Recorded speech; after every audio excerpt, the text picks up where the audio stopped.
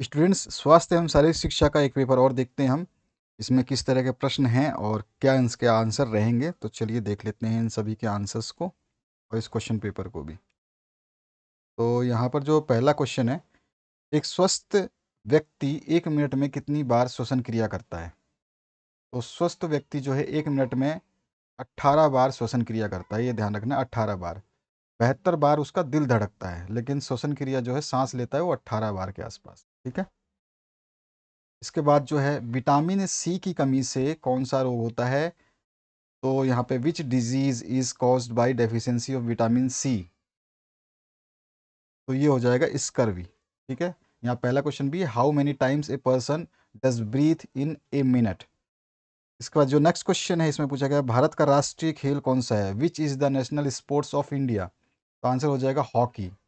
इसके बाद जो नेक्स्ट क्वेश्चन इसमें पूछा गया है, प्रमाणित ट्रैक सामान्यतः होता है, the certified track is usually 400 metre का होता है। ठीक है।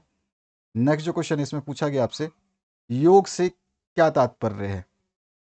तो व्हाट इज मीन्ड बाय योग? ठीक है। तो आप जानते हैं योग से क्या तात्पर्य है, कई बार मैंने आपको बता रखा है। छोटे शब्दों में हम कहें तो योग जो होता है वो क्या होता है? शरीर और चेतना का मिलन होता है। योग मतलब जोड़। तो शरीर और चेतना के मिलन को जो है योग कहा गया है। अगर हम बोलें कि गीता के अनुसार योग की परिभाषा क्या हो सकती है, तो आप वो भी लिख सकते हैं यहाँ पर कि गीता के अनुसार योग की परिभाषा ये कहता है कि चित्त की वृत्तियों पर काबू पाना योग कहलाता है। ठीक है। प्राचीन काल में मनोरंजन के साधन के नाम बताइए। प्राचीन काल में बहुत सारे साधन थे जो मनोरंजन के माने जाते हैं, जिसमें आपका शतरंज था। ठीक है। घुड़सवारी थी, धनुष था। और शतरंज के जो खोज की थी वो मंदोदरी थी, आपको ये भी पता होना चाहिए, मंदोदरी ने शतरंज की खोज की थी। नृत्य थे, संगीत थे, चौपाल, शतरंज, कहानी कथन, तैराकी, पर्यटन, कला प्रदर्शन, ये सारी चीज़ें जो थी उस समय की प्राचीन काल के मनोरंजन के साधन थे।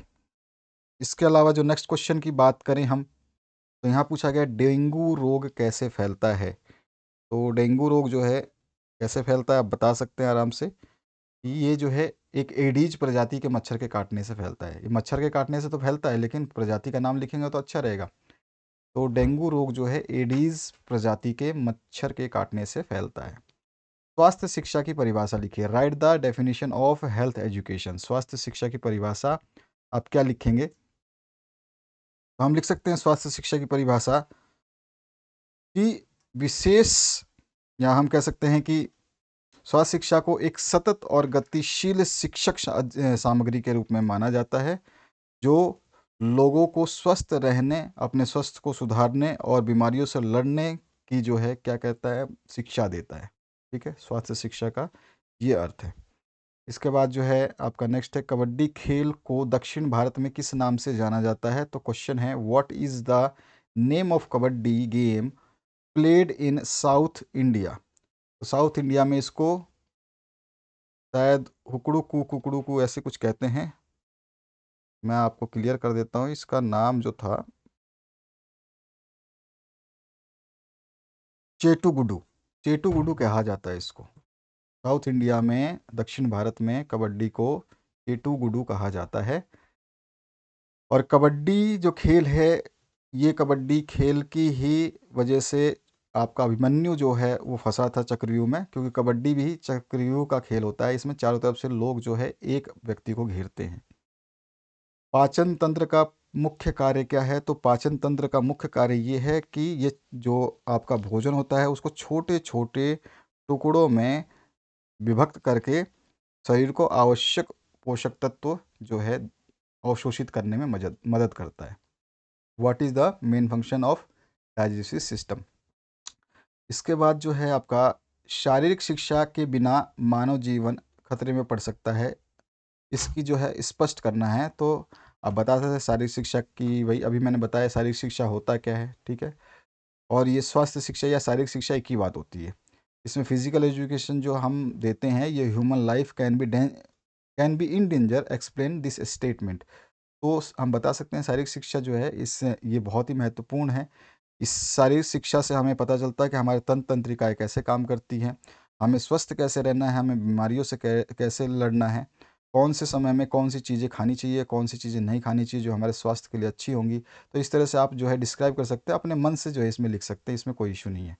इसके बाद शारीरिक शिक्षा से आपका क्या तात्पर्य है, तो वही डेफिनेशन आप बता सकते हैं फिजिकल एजुकेशन की।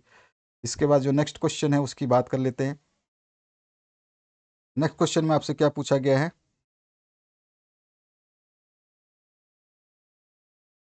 अच्छा, वैसे भी मैं शारीरिक शिक्षा से क्या तात्पर्य है, तो आप बोल सकते हैं शारीरिक शिक्षा का मतलब होता है अच्छे स्वास्थ्य के लिए शारीरिक श्रम को महत्व देना। यह ऐसी प्रक्रिया है जिसमें शारीरिक व्यायाम, खेल और जो है अच्छी निद्रा और स्वस्थ जो है शरीर को महत्व दिया जाता है।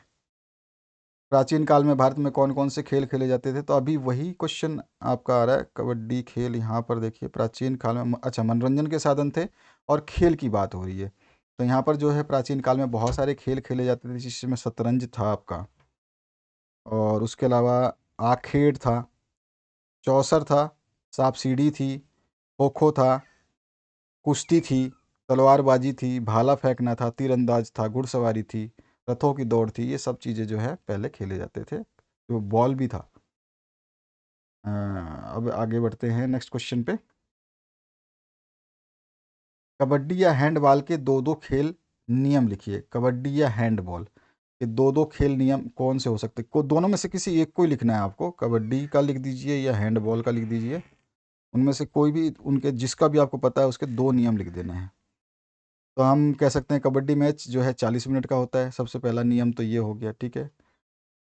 और जो है इसमें कबड्डी में रेड की अधिकतम समय जो है ना 30 सेकंड होती है। अगर आप इधर से उस पाले में 30 सेकंड में नहीं गए कबड्डी में, तो समस्या हो जाएगी, आप आउट माने जाओगे। तो पहला तो ये मैच 40 मिनट का होता है, ठीक है। दूसरा जो है, इसमें अधिकतम समय जो है 30 सेकंड का होता है रेड मारने की। और उसके बाद जो है रेडर को जो है इसमें क्या करना पड़ता है, जो दी गई टच लाइन है उसको छूना पड़ता है। प्राथमिक उपचार पेटी में क्या क्या सामग्री होती है? What are the contents of first aid box?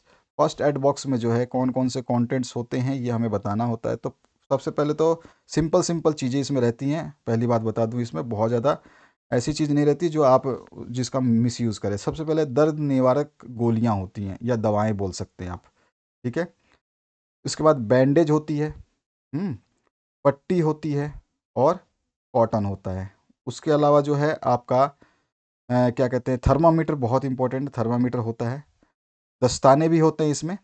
चिमटी और कैंची ज़रूर होनी चाहिए, हैं, और साफ़ कपड़ा रहता है।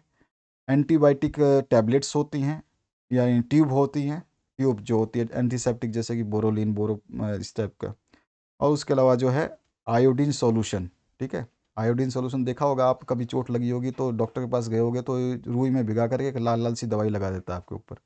तो इस तरह की चीज़ें होती हैं जिनका नाम आप इसमें लिख सकते हैं टेबल बना करके। श्वसन तंत्र के अंगों के नाम लिखिए। श्वसन तंत्र जो हमारा होता है उसके अंग कौन कौन से होते हैं, उसके अंग के नाम हमें पूछा गया है। तो यहाँ पर इंग्लिश में भी क्वेश्चन है, name the parts of the respiratory system. तो इसमें आपका क्या हो जाता है, श्वसन तंत्र जो है नाक गुहा, नाक से प्रारंभ होती है, फिर नाक गुहा पे पहुँचती है। मुख और मुख गुहिका भी होती है, नाक से भी लेते हैं, मुंह से भी लेते हैं। फिर साइनस हो जाता है, फिर ग्रसनी हो जाती है आपकी, है।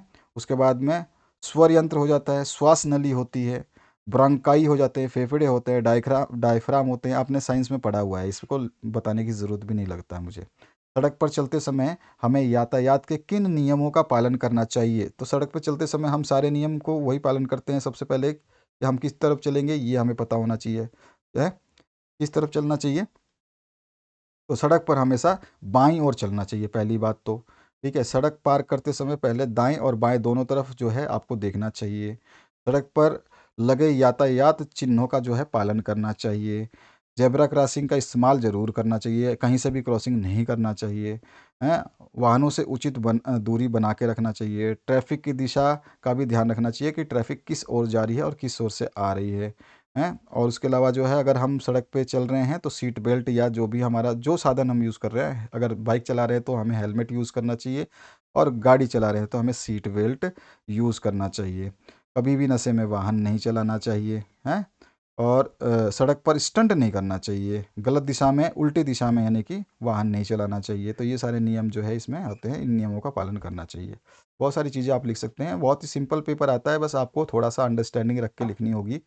एक अच्छे खिलाड़ी में क्या क्या गुण होने चाहिए, यह आपसे पूछा गया है। एक अच्छे खिलाड़ी में बहुत सारे गुण होते हैं जिनको आप लिख सकते हैं और इसको आराम से समझा भी सकते हैं कि एक अच्छा खिलाड़ी एक तो उसका स्वास्थ्य सही होना चाहिए, लचीला होना चाहिए, फुर्तीला होना चाहिए, संयोगी होना चाहिए। अब इसी बात पे आपको थोड़ा सा अच्छी अच्छी चीज़ें लिख सकते हैं।